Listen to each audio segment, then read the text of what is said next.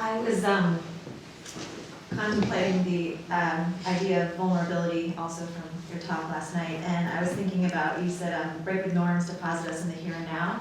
And in terms of when the norms are externally acted on the subject, even if they still have a precarious moment that deposits them in this pure moment of vulnerability before language, for, let's say, a group of people, racially or whatever, who are suddenly find themselves in the vulnerable moment, if they choose to form a language around it and use it in a political arena, does it shift? Is it sort of a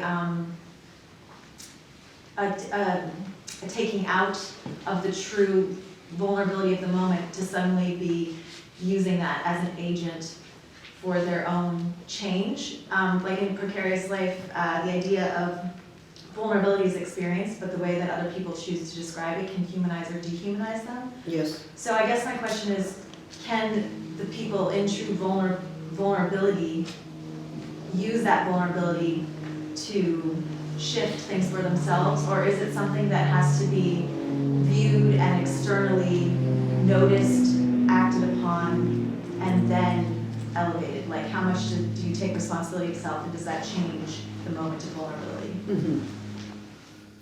Well, I think vulnerability maybe perhaps shifts registers when I'm talking about a kind of primary susceptibility, and I'm using the example of the infant. I think there's a relative helplessness, what Freud would call primary helplessness at work at such a moment. But even in conditions of primary helplessness, there's responsiveness, and I think that's already there. That's already, there's some kind of something's being animated. And then the question is, how does that structure emerge over time as we start to reflect on conditions of our treatment, conditions, how we're called, how we're placed in society, how we're excluded from society.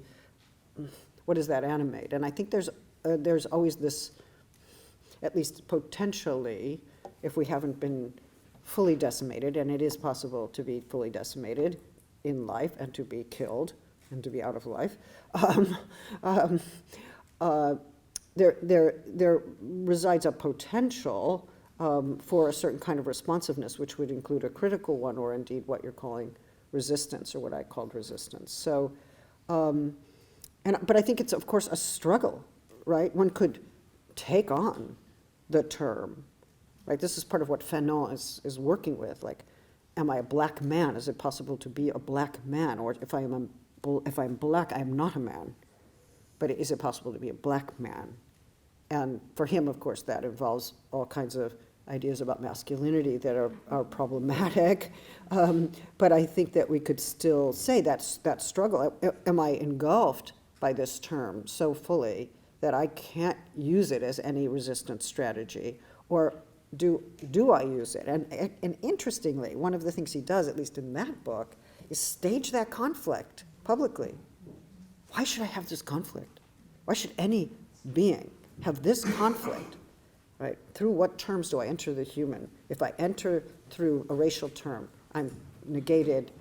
Can I make it possible to enter through a racial term and refigure the racial term such that it can be part of the human? And that's a wager and a risk, and it's unclear which way it's going to go. I don't know if that answers you. I don't think it answers you.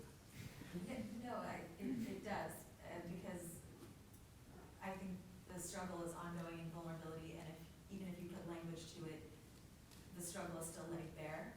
Yes. You say this is the conflict, and therefore you can be resistant and vulnerable at the same time. Yeah. Yes, and you can get re-engulfed, and you can emerge again if you're lucky. It depends.